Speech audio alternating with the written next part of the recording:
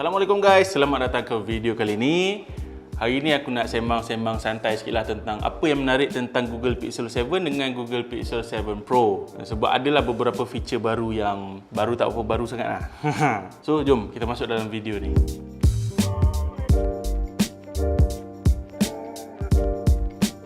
Okay, so pertama sekali aku nak tengok tentang design luaran dia. Design luaran dia ni tak adalah beza sangat dengan Pixel 6 sebab dia still maintainkan camera bar tu punya identity. Tapi kali ni dia menggunakan besi untuk kedua-dua model. Cuma yang bezanya dekat 7 dia punya camera bar tu matte, manakala dekat 7 Pro dia punya bar tu glossy. So akan banyak lekat cap jari lah nanti. Dan kalau tengok daripada design luaran dia pun dia more refined lah daripada Pixel 6 yang lepas. Dia nampak lebih professional lah gitu. Dan aku memang meminati sangat-sangat Google Pixel 7 punya line-up ni. Color dia daripada yang lepas punya, sebab yang lepas punya nampak macam a bit toyish sikit lah. Untuk 7 punya line-up ni dia nampak lebih, color tu lebih macam nude, macam earthy punya color. Dan favourite aku dekat 7 Pro warna hazel. Oh my god, aku memang minat gila color tu babe.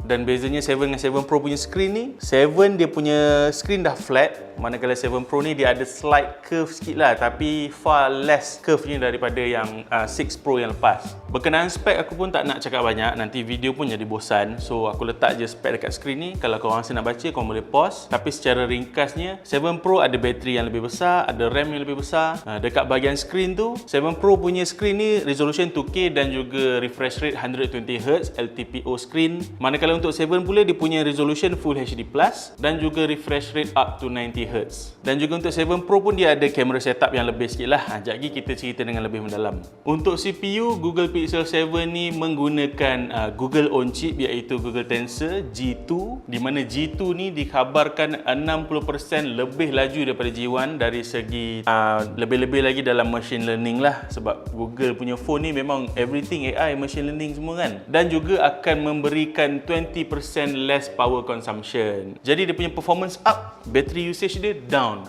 Itu yang best tu. Combination itulah yang membuatkan G2 ni macam boek je. Okay, now tentang kamera 7 Pro ni, dia menggunakan 3 kamera lah rather than 7 hanya 2 kamera saja. Still sama 50 megapixel main kamera, 12 megapixel ultra wide kamera dengan autofocus, dan ia akan memberikan gambar yang 21% lebih lebar, dan juga ia boleh membantu dalam mengambil gambar makro dengan lebih jelas. Dan juga ada 48 megapixel telephoto lens up to 5 times zoom.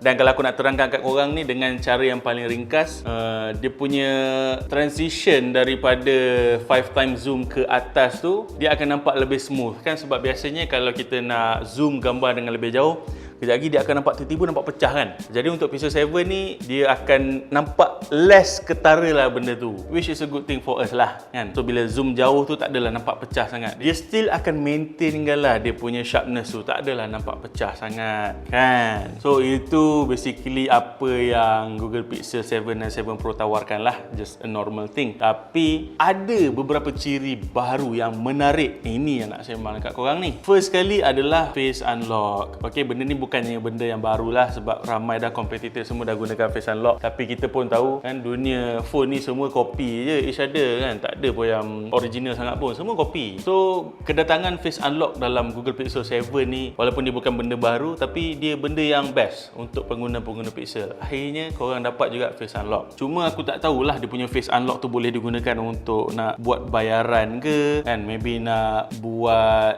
guna untuk download app ke, untuk authorization itu ini, ataupun sekadar Face Unlock saja. Itu nanti kita tengoklah bila phone tu dah sampai. Dan untuk bahagian kamera pun ada 2 pembaharuan, di mana untuk 7 dan 7 Pro akan ada cinematic mode. Cinematic mode ni macam, senang kata kalau kita tengok Apple lah kan, dia ada yang macam sekejap orang depan fokus and then orang belakang boleh fokus, background blur kan. Dia macam dramatik gitu. Bukan benda yang baru juga, tapi sesuatu benda yang best lah. Lagi-lagi bila kita kaitkan dengan Pixel kan, one of the best phone camera out there. Bila dia diterapkan cinematic mode ni, hasilnya memang kita akan tengok nanti memang super. Dan seterusnya ada feature unblur. Unblur ni bagi aku, quite shock jugalah kan, sebab kita ni kan bukannya semua ada skill fotografi kan. Kadang-kadang kita ambil gambar tu ada gegar-gegar sikit. Dalam masa yang penting pula tu kan, dalam momen yang penting dalam kehidupan kita, gambar gegar. Siapa je tak menyerap. Datanglah Google Pixel 7 dan 7 Pro ni untuk gunakan feature unblur. Sayangnya feature ni bukannya software update. Memang datang mulanya daripada Pixel 7. Pixel 6 ke bawah tak boleh gunalah feature unblur ni. Tetapi yang bestnya, walaupun Pixel 7 sahaja yang boleh guna, gambar-gambar yang kau dah ambil bertahun-tahun lepas pun still boleh gunakan feature ni.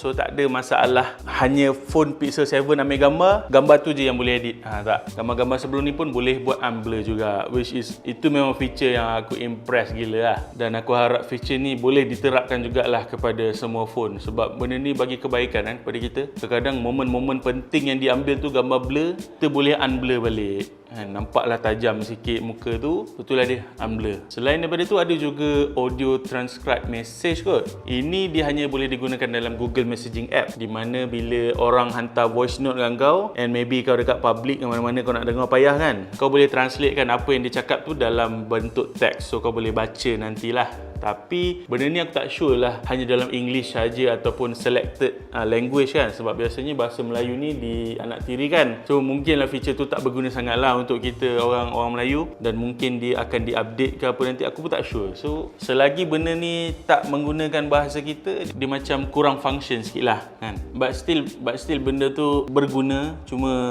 belum nampak lagi execution ni macam mana. So itulah sedikit sebanyak benda yang menarik tentang Google Pixel 7 dan 7 Pro.